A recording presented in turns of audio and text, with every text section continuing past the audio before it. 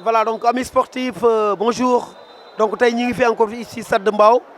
Alors donc tey jii waa zone 14 ñoo aaye aaye boobu nag c'est exceptionnel parce que tey benn match moo am match senior mooy diggante Jimenga ak Jàppo bu ngeen fàttaliku la dernière fois taw bi moo koy interrompre woon. Alors tey jii mu doon le dernier match du premier tour mu doon dernier ticket bi pour les quarts de finale. Alors Jàppo ñëpp xam nañ ne 2 années ngi nii tegu premier tour la ñuy toog daaw Jimenga nag ci quart de finale yi la toogee Jàppo ren jii bu toogee ça fait 3 années d'affilée ça sera une crise. Je sais que une ASC comme Jàppo supporter yi duñu leen ko baal waa Jimenga aussi dos au mur c'est vrai ils veulent dépasser ce cap bien sûr ndax daaw yemoon nañ quart de finale bëgg nañ dem plus loin. Alors un match décisif à suivre Jàppo Jimenga c'est pour tout de suite.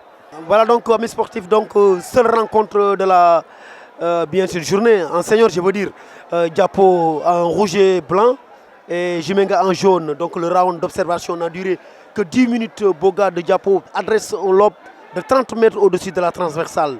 12e minute la réplique, le joueur de Jimenga Pape Maïssa frappe une balle enroulée, le gardien de Jàppo est battu 1-0. 14e minute, la tête du joueur de Jàppo a failli surprendre le gardien de Jimenga. 19e minute, longue balle du milieu de terrain de Jàppo sur le flanc droit. Le numéro 5, Mohamedou Sarr, contrôle en pleine course, frappe, c'est l'égalisation. 1-1. 22e minute, l'attaquant de Jimenga file droit au but. Au lieu de frapper, il fait une passe à son excentré qui frappe. 29e minute, le numéro 5 encore, le buteur de Jàppo bien sûr, Mohamedou Sarr, le buteur bien sûr de Jàppo, a failli signer son doublé. Malheureusement, son tir n'était pas cadré. Donc à la pause, 1 pour Jàppo, 1 pour Jimenga. Voilà donc retour au vestiaire. Gis nañu vraiment équipe bu Jàppo bi nga xamante ne sur 47e minute sax kii di Mohamedou Sarr a failli même marquer un deuxième but, une occasion nette, mais malheureusement il lève trop le pied, la balle au-dessus de la barre transversale. 55e minute aussi, Saliou Koli bien sûr, lui aussi dans un cafouillage a tiré sur vraiment un forêt de joueurs, mais malheureusement finalement toujours dire que la défense de Jimenga était présente. Alors voilà donc amis sportifs, Jàppo éliminé dès le premier tour comme l'année dernière.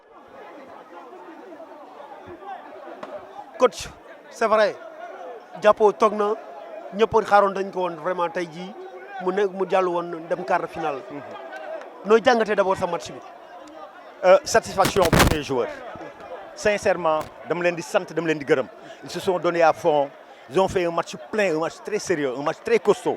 Maintenant, l'adversaire aussi était de taille, hein. Ce n'est pas une mauvaise équipe. Et on a poussé, on a tout fait, mais malheureusement le but n'est pas venu.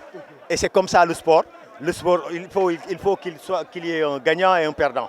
Nous sommes satisfaits de nos gosses. Alors, gis nañu deuxième mi-temps pratiquement Jàppo moo dominé woon 45 minutes yëpp, mais gisoon nañu nga génnee Saliou dugal un attaquant. Est-ce que ce n'était pas préférable génne woon défense dugal un deuxième attaquant, peut-être là avec le talent aussi de Saliou aussi ça peut payer. Tu sais, Saliou c'est un joueur très bon, mais il ne gère pas ses émotions. Saliou il donne tout ce qu'il a pour après finir le match très bas. Alors par rapport à Bo il démarre mal pour terminer fort. Donc raison pour laquelle on a sorti Saliou. Mais bon, dans l'ensemble, vraiment, je suis satisfait. Mais aussi, on a fait la remarque que chaque match avec ces nouveaux joueurs côté Jàppo. Waaw, mais il faut toujours chercher. Parce que tu sais, nawetaan dafa nekk lu gàtt loo xam ne et mënuloo ko gérer. Voilà, il y a des hauts et des bas, il y a des joueurs qui ne s'entraînent pas régulièrement. Et ça, c'est important. Soo bëggee nekk joueur, da ngay entraîner régulièrement. Ñi ngay am lundi ak mardi doo leen am mercredi jeudi, ñi ngay am mercredi jeudi doo leen am vendredi samedi, c'est un problème. Alors là, il faut que ñu gérer. Voilà, c'est dommage. Supporters yi mer nañu. C'est normal. C'est la deuxième année d'affilée. C'est normal. Oui. C'est normal. Il faut que aussi les dirigeants soient un peu plus sportifs, un peu plus grands, et que nawetaan dañ koy waaj. Nawetaan doo toog ba le jour nga bëgg ko def nawetaan il faut nga waajal ko. Donc vraiment j'encourage, je suis satisfait man, sincèrement. Merci beaucoup. Merci. Bamba Thiam.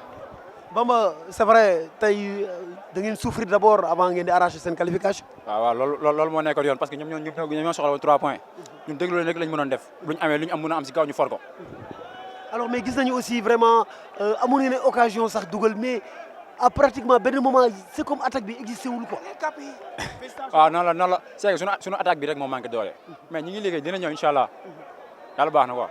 alors donc si yenn défaut yi dañu koy rectifier fii ba quart de finale. on va essayer avant les quarts de finale dinañ essayer de rectifier yenn affaires yi waaw. Voilà, merci.